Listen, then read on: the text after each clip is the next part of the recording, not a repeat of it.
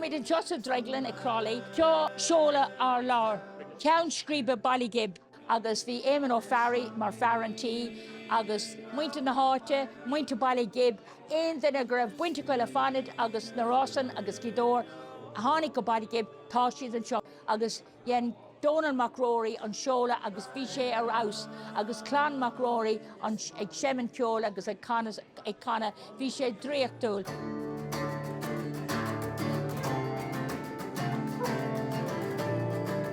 Seo scéal na daoine a tháinig go Baile Ghib, thosnig siad ag teacht ar an 10 Márta 1937.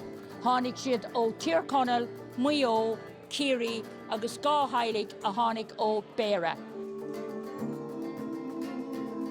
Seo feachtas a bhí ag deimhléire chun an teanga a thuairt go dúthaí cosúla cúnta na mé, ferma camóra agus ní raibh gaeilge san áit. So bharrtaigh sé na daoine a thógant os na ceantaire idir muir agus slíomh, mar bhí déanra uafásach mór ann agus brú ar na daoine mar bhí gantanas talún ortha.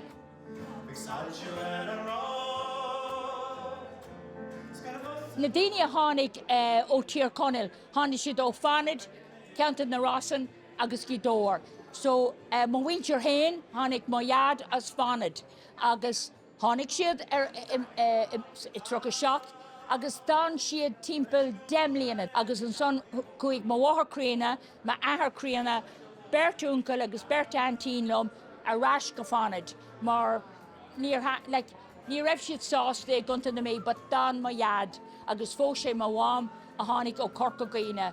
Speisialta raibh muid na héite, agus an sinna daoine a tháinig as Baile Ghib. Aber 5 bliain ó hen bhartaí mar rud éigean i dhéanamh faoin na daoine a tháinig, agus scéal na daoine a scríomh síos, mar bhí alánacha ag fáil bás agus leis sin bhí na scéalta go léir ag gemacht, agus bheith bochtanas in ar saol gan iad.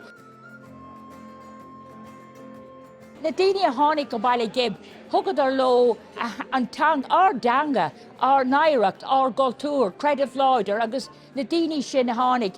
Bhí siad lách, bhí siad cróga, bhí misneachacha, agus is tócha go raibh físeacha, bhí aislingacha, agus chuirdar an aisling sin ag snámh i Baile Ghib, agus tá sé oringin is an feachta sinna cumad agus an tanga cumad bio. An gré a bhí acu fásta da gantar, an cantar sinna déag siad.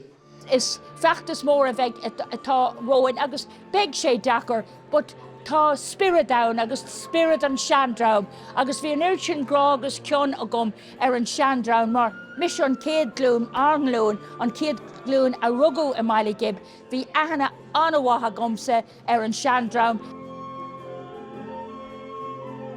Agus dearn daoine chunas bhuilas agat an méid sin faoi Baile Ghib, but déis mé leis an seandraum, agus higas an tácht a bhí leis na scéalta sin, agus nach raibh an tá deara glom gur dhéanas é sin nuair a bhí sóg, mar tá sé gomanis agus tá sé sa leabhar. Ceann Scríbe one of the fair play. Is leabhar ómhór é tá beagnach 8 leathan a gabhain, tá sé trám, but tá sé speisialta, agus ní dhéanfar dearmad ar an seandraum riamhanis. Tá sé dán, tá na scéalta idir an gá clúdach láidir sin, agus má bhaintear, agus sinna clán na seanna winter, agus tá míad bródúil asta, agus bhí an sin grá gom dóibh daoine speisialta bhí ann, agus bhí an tálinn go raibh aithne gine ortha. Tá mis sé cuiach na héidir.